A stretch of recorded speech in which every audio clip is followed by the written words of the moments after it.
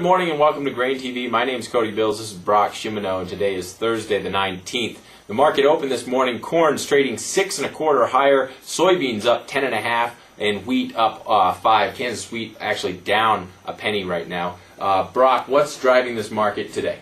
I think one of the biggest things driving the market today is the announcement of some pretty significant export sales to Mexico, South Korea, China, and yesterday Egypt actually stepped in the market and bought 120,000 metric tons of corn. And last week, actually, we saw, after the USDA came out with their most recent revisions, we saw China step into the market and buy 414,000 metric tons. That will show up on this week's report. The other sales will show up on next week's report.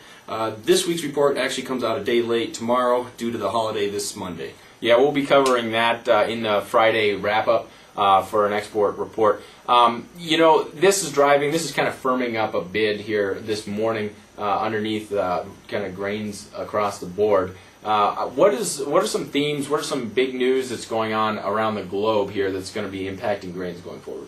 Yeah, there's several items that we really need to be paying attention to as we move forward. The continued drought situation down in Argentina. It looks like they are going to get some rains this weekend. The original forecast was for Friday through the weekend, but now it is for Saturday and Sunday. They're looking for about a ½ inch to an inch of rain for them this weekend. But after that, it turns dry again, so that's something we're going to have to continue to monitor. The dollar index is actually being pushed quite a bit lower in the last few days, mostly due to the IMF and the Eurozone firming up some of their debt crisis issues that they have been having ongoing over the last few months. The IMF is actually seeking $600 billion additional of funds to shore up their safety net. Fitch is going to actually step in, though, and review 6 of the Euro states to see if there is some downgrades necessary for their sovereign debt. And one of the biggest issues that is out on the horizon right now is China may be easing their monetary policy in the next few days or weeks to come. All right. Well, yeah, if China does lower their policy, where it's going to come in terms of the required reserves for their banks. If you see an announcement like that could be bullish commodities across the board. It really should help out grains just because they're going to have more cash, more that they can invest in copper, iron, and grains from the U.S. So we're going to take a quick commercial break. When we come back, I'm going to talk a little bit about basis and why that is supporting the corn market this morning.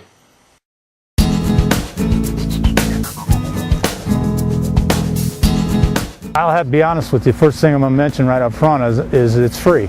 I like this service when it's free because you can tie up a lot of money in different services, and from experience I found out that sometimes you can pay a lot of money and you may not be getting that much out of it.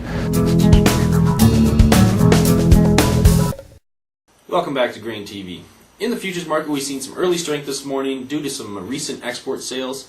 And in the cash market, we've also seen some strength recently. Cody, I know you looked into this a little bit more. Why don't you take us through what you found out? Yeah, since January 1st, we've seen on average corn basis go up 2 cents across the U.S. Now that was driven primarily by the river markets. Take a look at all this green in western Illinois. Take a look at all the green up the Ohio River, and you can really see that the river markets is what driving the basis increase. We're up 8 1/2 cents on river markets since January 1st. Cash beans, same scenario. We've seen strength along the rivers. If you take into account this strength in the basis market along the rivers, take into account the export sales, a flurry of export sales that we've seen, to me, I think this is painting a rosier picture for demand. So if you're a producer and you're sitting on some unpriced bushels, how do you take advantage of these strong basis levels? Yeah, I'd go ahead and sell in the cash market. Lock in that basis. And then if you think price is going to go higher, you can always buy a call or get long a futures contract. If you want to talk about your marketing strategy, give us a call at 877-GRAIN-07. You can follow us on Twitter, check us out on Facebook, and we appreciate your viewership today on GrainTV.